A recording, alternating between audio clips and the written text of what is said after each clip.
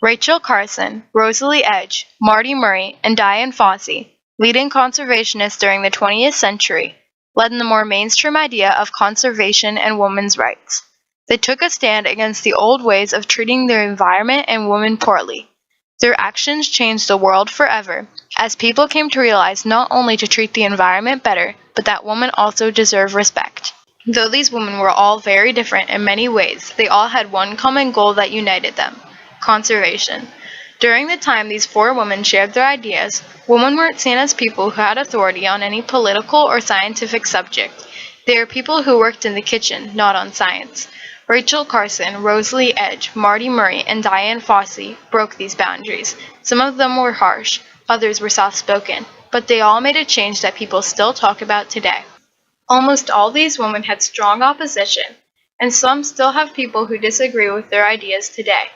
Many believe it is all a hoax by the government, and that there aren't any real problems with disturbing the environmental balance on this earth. That spraying DDT everywhere was good for the environment, and drilling for oil isn't hurting any animal habitat. That killing birds of prey won't have an effect on their population in the long run, and that taking mountain gorillas out of their natural habitat is fine if you're bringing them to a zoo. Some don't have a problem with their message. Instead, they didn't agree with their controversial ways of conserving the environment. These women took a huge stand in history as they all decided to go against the common opinion, to show another side to every story. They stood up for the environment, for women, and for their cause. Rachel Carson is one of the most famous conservationists due to her book, Silent Spring. Published in 1962, Silent Spring became the most successful book in the history of the conservation movement. The book caught the chemical industry off guard and set off a national conservation movement on pesticides in the environment that ended with the banning of DDT in America within 10 years of its publication. It targeted DDT, which at that time was considered a miracle chemical. It was credited to have the ability to kill all insects and even cure malaria. DDT was sprayed in huge amounts everywhere. People trusted scientists and were proud of the scientific achievement DDT was. Most didn't even stop to think what a disastrous effect it might have. The environment isn't ours to control, and even though DDT might have killed some pesky insects, it also had a disastrous effect on other animals, including people. Many people today still think that the banning of DDT in most of the world was a mistake, and that DDT saved millions of lives. They believe there was no scientific foundation on Rachel Carson's claims of DDT harming humans. There was little research conducted on DDT before they began to spray it all over the world. Scientists just didn't know what negative effect it could have on things, and spraying it could very well kill more people than it saved. DDT killed more than the insects it targeted. It also killed many birds. All this wouldn't even be considered if Rachel Carson hadn't written about it. Rachel Carson was a soft-spoken and persistent woman who didn't give up. Even though she was ridiculed for her work, she didn't stop. Her determination made her dream come true, and DDT was banned.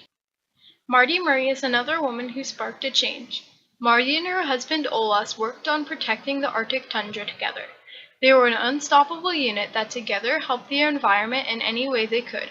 Oil drilling was and still is a major problem in the tundra.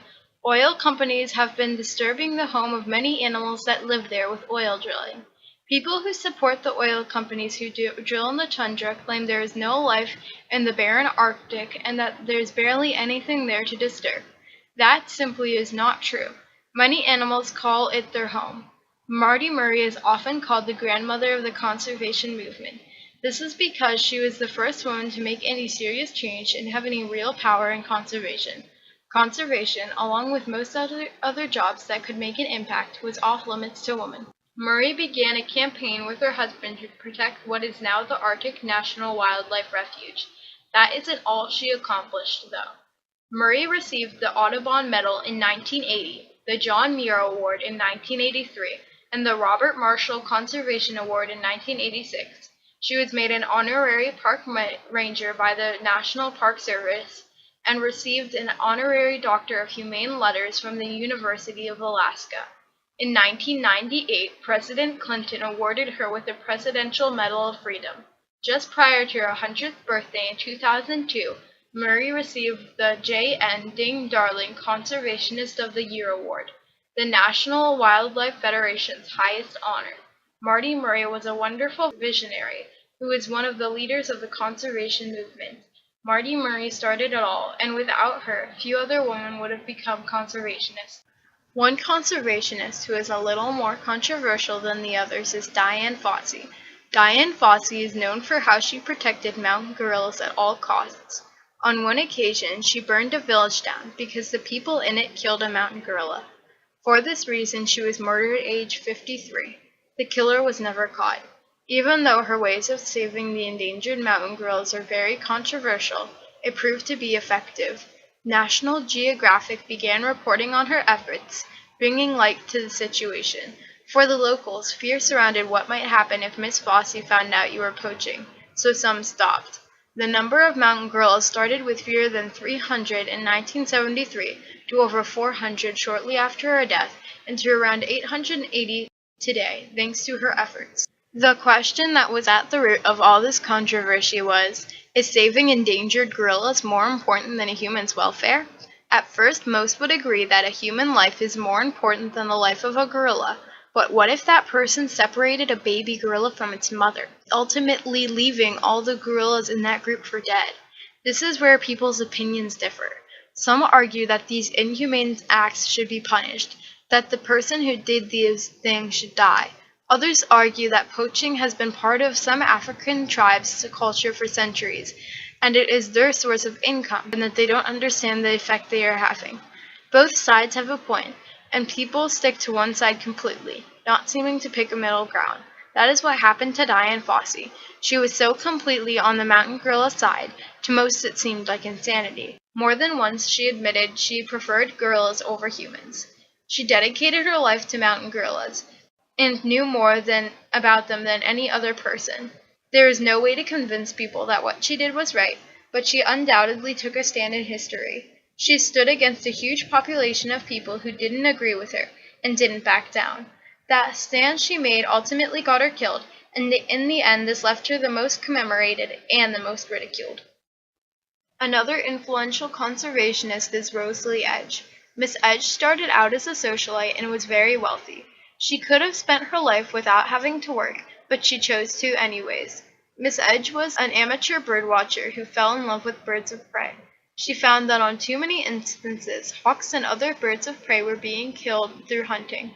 Rosalie Edge decided to make a change. She created Hawk Mountain Sanctuary, the first sanctuary made for birds of prey. She also established the Emergency Conservation Committee to expose the Audubon Society's ineffectiveness. She was described as the only honest, unselfish, indomitable hellcat in the history of conservation by the New Yorker. She earned this title from her feuds with the Audubon Society. They are the main reason she isn't famous today.